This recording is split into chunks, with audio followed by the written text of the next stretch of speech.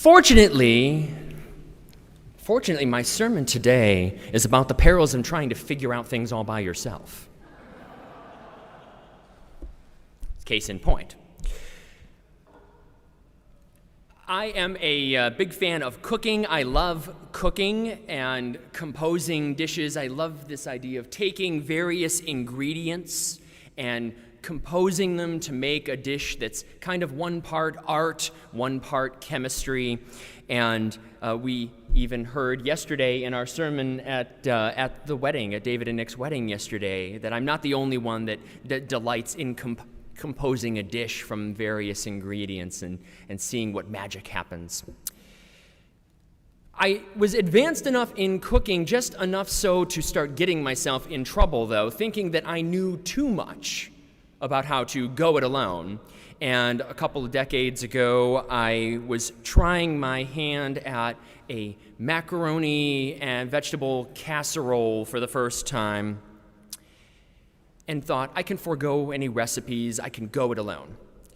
And I knew enough to melt the butter, to start making my cheese sauce, my roux. I melted the butter, added a little bit of flour, began incorporating the broth, adding a little bit of a cheese at a time to make the sauce, not too fast, right, so as to not have it congeal on me. And that's where I started to run into trouble. Because I poured my cheese sauce into the pasta, added my broccoli, put it into the casserole dish, and what I didn't realize at the time was I hadn't cooked the vegetables thoroughly enough, and they all began to release their liquid into the casserole and begin to turn it into a kind of a soupy mess. And in a panic, I thought, cornstarch. That'll help with the liquid. I'll add cornstarch to it. And it soaked up the liquid, not realizing, of course, that the pasta had not finished soaking up all of its liquid, and then it all began to dry out. Now it was too dry.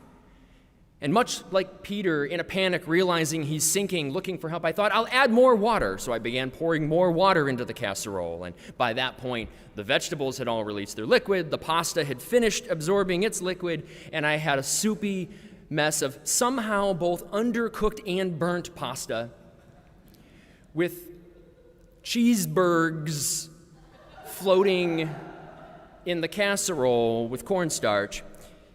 And unlike Peter, when I cried out to the Lord for being saved, Jesus did not swoop into my kitchen and rescue my casserole at the last minute. But it is a reminder to me, and I think a good illustration, about the peril of thinking we know so much that we can just go it alone.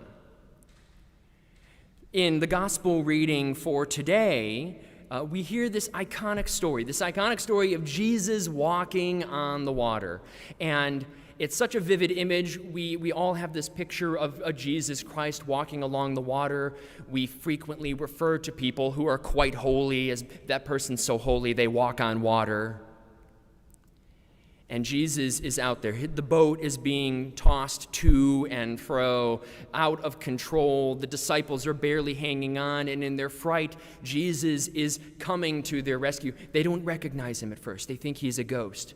But there's Jesus walking on the water to them. And Peter, in his excitement, decides to get out and start trying to walk on the water toward Jesus, thinking, I can just do this.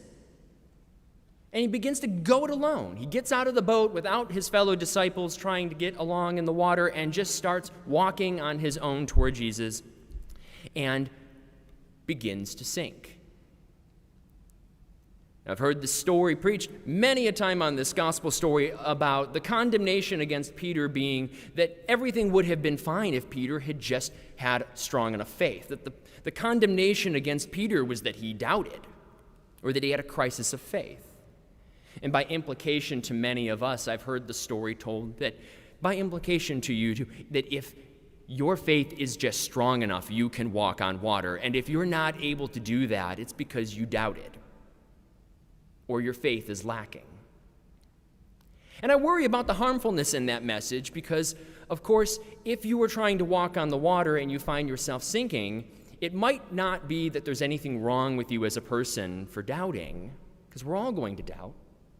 We're all going to struggle with our faith from time to time. The problem might actually just be that you're trying to walk on water.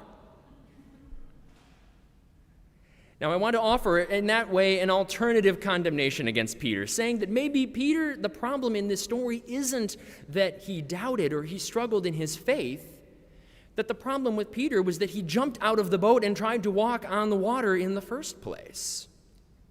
And offer this up as a potential other way of looking at the story you can keep in your pocket as an alternative lesson to get from this. I offer some evidence toward that. One piece of evidence is that this is not the first time in the Gospel of Matthew somebody has called out Jesus and tried to command Jesus to do something for him. You know who the person who did it first in Matthew was? It was Satan. When Jesus was baptized and went out into the wilderness, the same language that Peter uses to call Jesus now is the same kind of language that Satan uses in the wilderness to try to get Jesus to do his bidding for him. And remember, the whole idea of Satan is not interested in using God's power to love each other or to uplift the kingdom there for one another. Satan's just interested in God's power for what it can do for me. How it can help me do what I want. Peter, likewise, wants to get out on the boat and calls out Jesus to say, "Do this for me, Jesus, because I want to go walk out on the water." It's an interesting thought. The same Peter who Jesus more than once has had to say, "Get behind me, Satan, your mind is on worldly things." The next idea. This is also not the first time in the Gospel of Matthew that Jesus has sent his disciples out into the choppy waters to be overwhelmed. It was just in Matthew chapter 8. He picked up his disciples. He sent them out in a boat on the water. The waves were crashing around. They were looking over the side. It was dark. It was stormy. They were overwhelmed. And Jesus, they look over at him. He's asleep. He's sleeping on the boat with them. And they're crying out to the Lord, "We're overwhelmed, save me, Lord." And they wake up Jesus, and he quiets the waves. They weren't alone. As long as he was there with them, they weren't alone. And this is a recurring theme through the Bible. If you look at the story of Jonah, right? The story of Jonah is about God reaching out and sending Jonah out to do something scary and overwhelming, go to Nineveh. And he's worried, and he runs away, and where does he end up? He ends up in the waves, in the water, crashing about, uncertain and out of control, and he ends up in the water. But he's not alone. God sends the great fish to scoop him up and bring him back to shore where he's safe. Likewise, the story of Noah. The story of Noah, where it rained for 40 days and 40 nights, and Noah is there in his ark, and the waves are crashing around, and it's out of control and beyond him, and it must have been terrifying. But he wasn't alone. God sent the dove as a reminder, you're not alone. These waters will recede, and you'll be on dry land again. And so there's a long pattern in this that Jesus gets when he sends his disciples out into those waves yet again. And it will be frightening for them, and they will feel overwhelmed and out of control, but they will not be alone because they have each other, and they can trust in God. In fact, the only one that doesn't stay in the boat and trust in God is Peter, who jumps out of the boat and tries to go it alone. And he runs and he tries to run on the water, and he can do it just fine for a little while, and then begins to sink. And so it's no surprise when he calls out to Jesus and says he wants to do this, Jesus lets him try and says, "Come, give it a try. Let's see how this goes." And of course, he begins to sink. And when he does, he's not forsaken. Jesus scoops him up, puts him back on the boat where he was told to be, and then he calms the waters. So I think about in my own life, other times I've made the mistake of trying to go it alone, a time when, again, a couple of decades ago, in my 20s, the same time I was doing the thing with the macaroni and cheese. So apparently I needed to learn things the hard way. Because I had felt disillusioned with the institutional church and had felt it become hypocritical and judgmental, and thought, I'll just go it alone for a while, make my own church, do my own faith.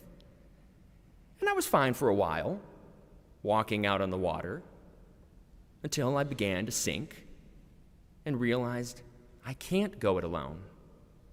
I need my people. I need to be reminded of God's presence with me. And I was brought with you all back into the boat, as it were.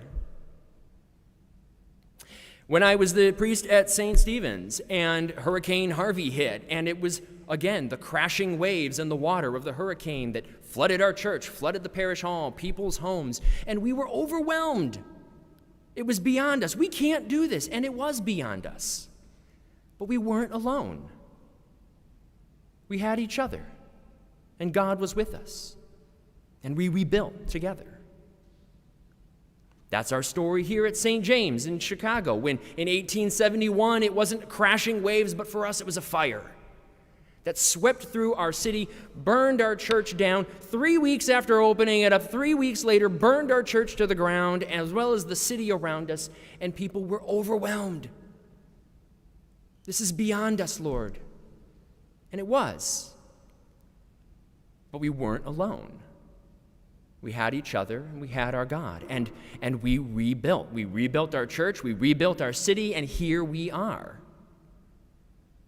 Much, much later, the people in this room, when the coronavirus swept through, the pandemic swept through, much like a flood, took us away from our communities. We were hunkering down, overwhelmed and frightened, feeling alone.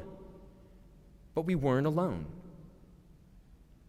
We had our God, we had each other, and here we are.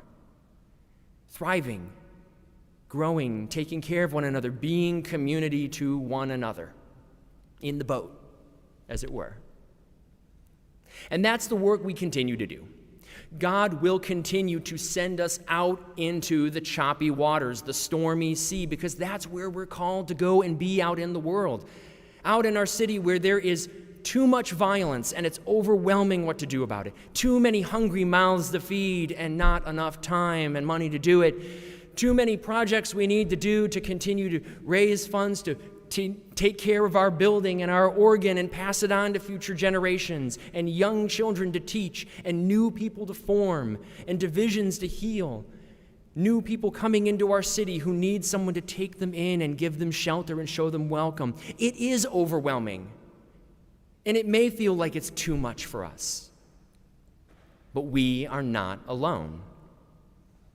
And as we do the work of raising the money we need to raise to take care of our space, bringing our children in and teaching them and forming them, spending our time and our effort feeding those who come to us who are hungry or in need of shelter or in need of love, as we continue to do that work, we can remind ourselves not to fall into the trap that Peter did, or I did, of jumping out of the boat or trying to cook the casserole all by myself, but to remember we've been given each other. And Jesus is here with us in that work we do. So let us continue to put ourselves out from shore, to continue to go out into those stormy seas. And it's all right to doubt and be afraid and feel overwhelmed sometimes. And those are the moments to remind ourselves we're here together and God is with us. Today, tomorrow, in the years to come. Thanks be to God. Amen.